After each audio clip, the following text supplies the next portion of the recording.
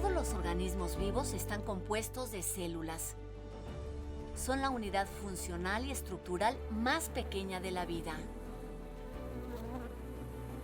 Existen millones de organismos de una sola célula con la capacidad de alimentarse, crecer, reaccionar ante estímulos del medio, reproducirse.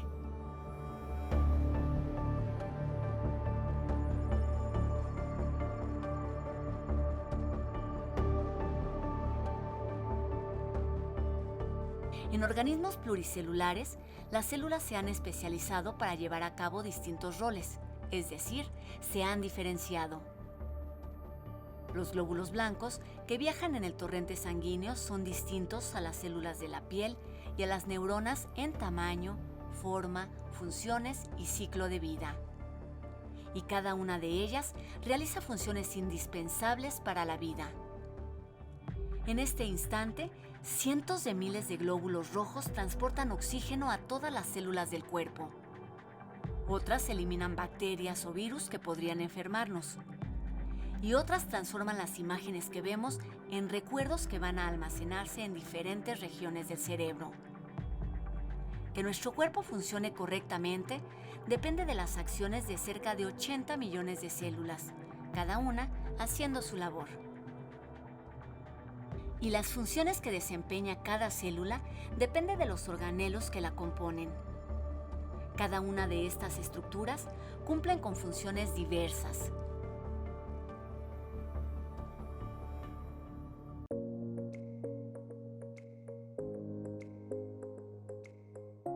En el Instituto de Fisiología Celular de la UNAM, hacemos investigación científica de frontera buscando entender el funcionamiento de las células.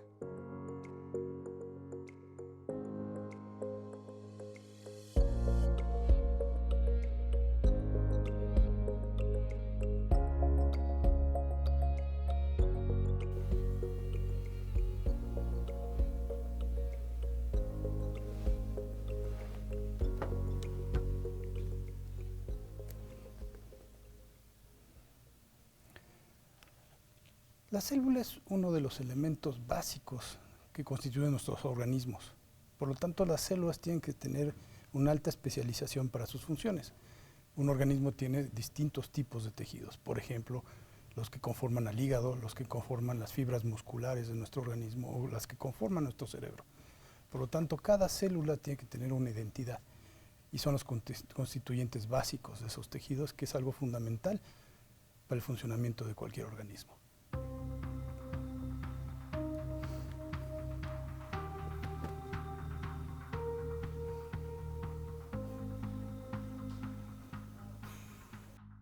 El proceso de diferenciación es un proceso que es muy característico del desarrollo de los organismos. Entonces empezamos el desarrollo de un organismo a partir de un huevo fertilizado, ¿no? un ovocito y un espermatozoide que se fusionan, y con el tiempo ocurren ciertas divisiones celulares, que es las que va formando pues, cada una de las diversas células que conforman a un embrión primitivo. Y conforme va ocurriendo el proceso de desarrollo, el cuerpo va estableciendo dónde va a estar la cabeza del organismo, dónde va a estar la parte posterior del organismo, dónde va a estar su columna vertebral, etc. Todos estos procesos están sincronizados con el tipo y el número de células que se van formando en cada etapa del desarrollo. Pero ¿por qué es importante entender la fisiología de una célula? Para empezar, es cómo se determina esa identidad, pero más allá, si nosotros podemos conocer muy bien esa identidad y esos procesos que ocurren desde el principio del desarrollo de un organismo, podremos entender cómo se desregulan esos procesos y entender desde un punto de vista muy temprano cómo se originan algunos tipos de enfermedades. Pero más allá, podemos a lo mejor en algún momento tener diagnósticos tempranos de enfermedades, pero también ir a la terapia celular, que permitiría tener procesos correctivos de algunas enfermedades. Cuando una persona tiene diabetes, las células no están recibiendo suficiente glucosa, que es el alimento de la mayor parte de las células. Las células beta pancreáticas, que son las que producen normalmente una hormona que se llama insulina, se descomponen y no están funcionando bien, y entonces no secretan esta hormona, que es la que propicia que la glucosa entre a las células y también que se guarde en lugares como el hígado o el músculo, y entonces la persona se siente débil, por ejemplo.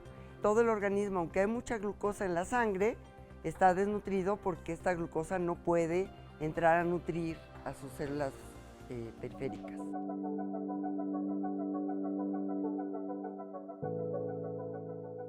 Ok, buenos días. Hoy vamos a hablar de muerte celular. ¿Alguien ha leído o escuchado algo? ¿Saben lo que es la muerte celular programada? ¿Tú? Pues bueno, sé que uno de los mecanismos puede ser la apoptosis, que es cuando hay una célula dañada y entonces esa decide suicidarse para no dañar al organismo. O sea, digamos que la célula que podría dar cáncer se suicida antes de formar un tumor, ¿no? Esa sería una. ¿Y en el desarrollo embrionario saben algo? ¿Ha ocurrido de la muerte? La muerte celular es fundamental para la vida, para todos los organismos, ya sean unicelulares o multicelulares. Por ejemplo, durante la formación de las manos, en el embrioncito se forma una paleta continua, y para que se individualicen los dedos, se mueren las células que estaban entre los dedos. Y eso es lo que permite que nosotros podamos mover los dedos. Por ejemplo, los patos no se les mueren las células y entonces se quedan con esta membranita. Y así como este ejemplo, cualquier órgano que pensamos se moldea también por muerte celular. Entonces, si no se controla correctamente en el desarrollo embrionario qué células se mueren y qué células no se mueren, pues no se forma propiamente el embrión. En una célula tumoral o en una célula cancerígena, que podría ser lo mismo, justamente las células perdieron la capacidad de regular sus divisiones y pierden la sensibilidad a morirse. Entonces no se pueden morir y se dividen ininterrumpidamente, lo cual resulta en una patología como es el cáncer. Entender es el primer paso para desarrollar tratamientos o fármacos. Por ejemplo, con la levadura, lo que se logró entender es cómo es el ciclo de una célula, es decir, cuando una célula permanece como una sola célula o se divide y forma más células. Entender cómo una célula se divide o se muere es el primer paso para entender cómo se desarrolla un cáncer. El material genético está formado por una molécula que se llama ADN y en ella yace toda la información codificada para sintetizar las moléculas que llevan a cabo las funciones en la célula, como son las proteínas. En los organismos eucariontes hay este núcleo en donde reside el material genético y el material genético es el instructivo para que la célula funcione. Así hay también organelos como las mitocondrias, que son los principales organelos involucrados en generar energía en la célula. ¿Por qué son importantes las mitocondrias? Son importantes porque son la fuente de energía celular. Su principal función es dar lugar a la síntesis de ATP, adenosín trifosfato. Todas las células, para poder funcionar y vivir y llevar a cabo todo lo que hacen, requieren de ATP, requieren de esta sustancia química que da energía.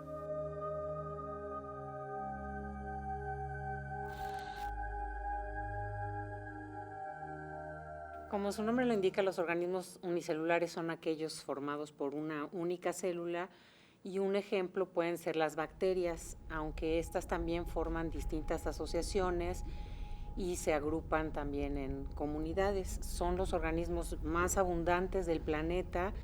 Dentro del humano pues hay bacterias que son benéficas, que nos ayudan a hacer distintos procesos, pero también existen las bacterias patógenas. Y estas bacterias ocasionan una serie de enfermedades que también son muy importantes.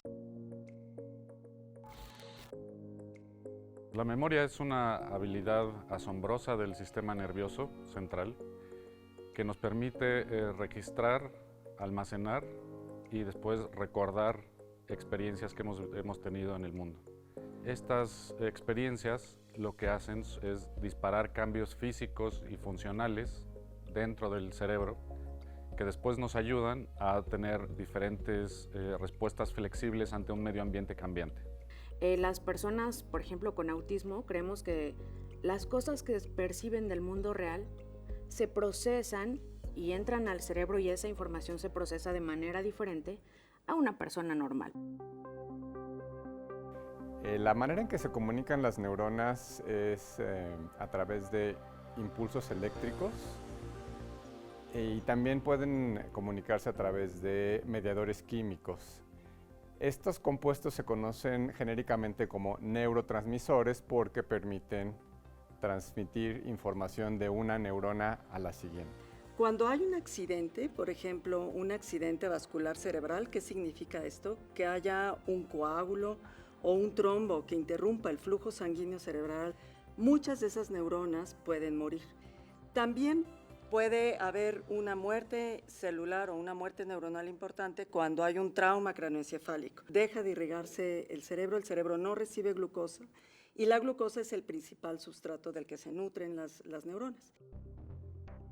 Las enfermedades causadas por canalopatías son muy importantes porque resultan de la alteración en la función de canales iónicos, que son proteínas que se encuentran en la membrana de las células y permiten el movimiento de iones. Una de las más comunes o de las más estudiadas son las canalopatías que afectan el corazón y estas pueden causar desde arritmias, desde falta de fuerza en el corazón, hasta trastornos eléctricos que pueden llevar a la suspensión de la función de la bomba del corazón y a la muerte.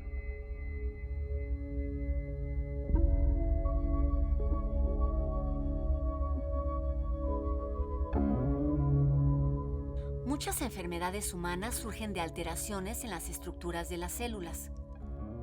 Las células nos hablan del origen de la vida, de la evolución de organismos unicelulares a pluricelulares diversos, de las características de la vida y de la muerte, de la naturaleza de las enfermedades.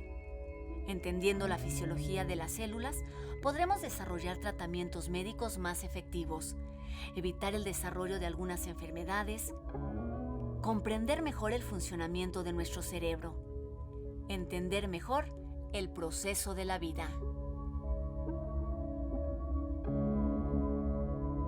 En nuestro grupo de investigación en el Instituto de Fisiología Celular nos interesamos por entender cómo funciona el prendido y apagado de la información genética, es decir, cómo se prenden o apagan los genes.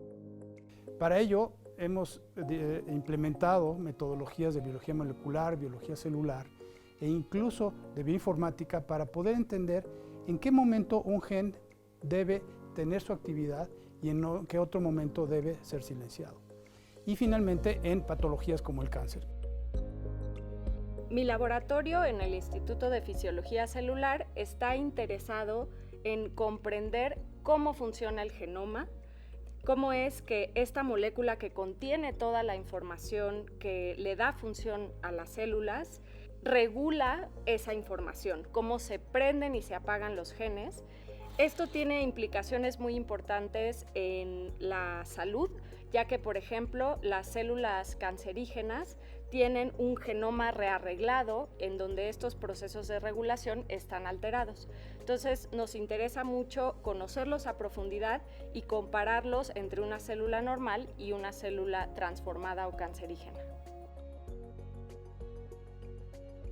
En mi laboratorio nos interesa entender cómo es que se regula la expresión de los genes dentro de una célula, pero tomando en contexto cómo está la información genética, el DNA, compactado adentro de la célula. En cada una de nuestras células tenemos casi 3 metros de información genética. Esto hace que la información genética esté altamente compactada dentro del núcleo. En el genoma humano, en el DNA, tenemos los genes. Y en mi laboratorio nos interesa entender cómo la compactación de estos genes regula que se exprese o no un gen. Esto nos va a permitir entender diversos procesos que van desde la diferenciación celular, la diabetes o las neurociencias. En nuestro laboratorio estudiamos el desarrollo del sistema nervioso desde etapas muy tempranas hasta etapas adultas y lo que nos interesa principalmente es entender cómo un cierto tipo de moléculas participa precisamente en estos procesos de desarrollo. Cómo se forma el sistema nervioso o cómo algunas moléculas tienen impacto en la función del sistema nervioso o en la generación de nuevas células en la etapa adulta. De hecho, últimamente mi laboratorio se ha centrado más en estudiar cómo ciertos lípidos, moléculas que tienen ácidos grasos, que además tienen una capacidad de señalizar o de dar información a las células, participa en la generación de nuevas neuronas en algunos organismos. El interés central que tenemos es conocer cómo se dan procesos de diferenciación celular que nos permitan producir neuronas, y esas neuronas eventualmente las podemos utilizar para el trasplante en algunos modelos animales de enfermedades degenerativas del sistema nervioso central. El fin último que tenemos no es trasplantar pacientes con estas neuronas que producimos en el laboratorio, sino tener un sistema que nos permita producir neuronas similares a las que están presentes en el cerebro de los pacientes para estudiar detalladamente qué procesos están siendo afectados y que puedan contribuir a la muerte de las neuronas que secretan dopamina y que producen el temblor y las alteraciones motoras en pacientes de Parkinson. En el laboratorio que yo dirijo nos encargamos de estudiar el autismo. Para ello nosotros usamos un modelo genético, estudiamos células del cerebro y cómo éstas cambian dependiendo de la actividad que reciben. Otra parte que estudiamos es una parte más dentro del cerebro, es decir, las conexiones físicas que se hacen entre las células del cerebro, que son las neuronas. Esto nos va a dar indicios de cómo el cerebro puede estar funcionando, y como lo hacemos en un modelo de autismo, pues nosotros a lo que queremos llegar es tratar de entender cómo el cerebro de un autista funciona a diferencia de una persona, digamos, o de una condición normal. En el laboratorio estamos muy interesados en conocer cómo es que se mueven las neuronas cuando no tienen glucosa. Y para esto hemos estudiado ya desde hace muchos años unas moléculas que se llaman cuerpos cetónicos. Estos cuerpos cetónicos son derivados del metabolismo del hígado. Cuando el hígado rompe las grasas, se forman estos cuerpos cetónicos y pueden sustituir a la glucosa y ser utilizados en el cerebro. Nosotros en el laboratorio lo que buscamos entender es cómo se forma el cerebro durante el desarrollo embrionario, qué cambios pasan en las células, qué genes se expresan que permiten la correcta formación de cada una de las partes del cerebro. Y también estudiamos cuáles son los cambios que ocurren durante el paso del tiempo, en particular en el envejecimiento, que llevan a que deje de funcionar correctamente. Lo que investigamos en mi laboratorio es ver cómo se traduce la información que se almacena de experiencias placenteras o aversivas en el cambio de la conducta. Lo que buscamos en el laboratorio es generar información fundamental sobre el funcionamiento celular. Si bien nuestro modelo de estudio es un hongo, pretendemos generar información sobre cómo el proceso del desarrollo sexual es regulado a nivel de las diferentes estructuras subcelulares que componen la célula. ¿Qué hacemos en el laboratorio? Bueno, una de las cosas muy interesantes es que las mitocondrias conservan su propio material genético, tienen su propio DNA. Y como cualquier DNA, está sujeto a mutaciones. Y algunas de estas mutaciones dan origen a enfermedades mitocondriales, ¿sí?, que generalmente suceden en niños, en pacientes pediátricos. Y lo que nos interesa en particular es que si hay una mutación que daña una proteína que trabaja dentro de la mitocondria, ¿qué tal si podemos expresar esa misma proteína desde el núcleo, permitir que entre a la mitocondria a través de sus dos membranas y restaure la función que se echó a perder por la mutación? Ese es nuestro interés. Nosotros queremos entender qué es lo que le pasa a las células beta durante el síndrome metabólico y también por qué se agotan, qué es lo que les pasa, que ya no pueden producir suficiente insulina como para nutrir al organismo. En nuestro laboratorio utilizamos al nemátodo Cenorhabditis elegans como modelo. ¿Qué estamos estudiando? Estamos estudiando cómo el estrés que le ponemos a este gusano afecta la producción de sus gametos. Eso tiene un efecto en la formación de sus óvulos. Y nosotros estudiamos cómo la calidad de los óvulos de este nemátodo se afecta por el estrés. Esto nos puede ayudar a entender a corto plazo la fertilidad de este nemátodo y esto, como sus genes están conservados, a largo plazo nos puede ayudar a entender la fertilidad en humanos. Las bacterias han generado resistencia contra los antibióticos y el estudio de estos mecanismos de virulencia nos puede permitir generar productos o compuestos antimicrobianos de forma que podamos tener un tratamiento alternativo a los antibióticos. El Laboratorio Nacional de Canalopatías está situado en el Instituto de Fisiología Celular y hacemos registros tanto en las células individuales que han sido transfectadas con canales iónicos patológicos, como más recientemente a partir de tejido de pacientes que tienen problemas que afectan su corazón y de los cuales, por una técnica muy sofisticada de reciente introducción, podemos hacer células cardíacas en el laboratorio provenientes de pacientes con esos trastornos.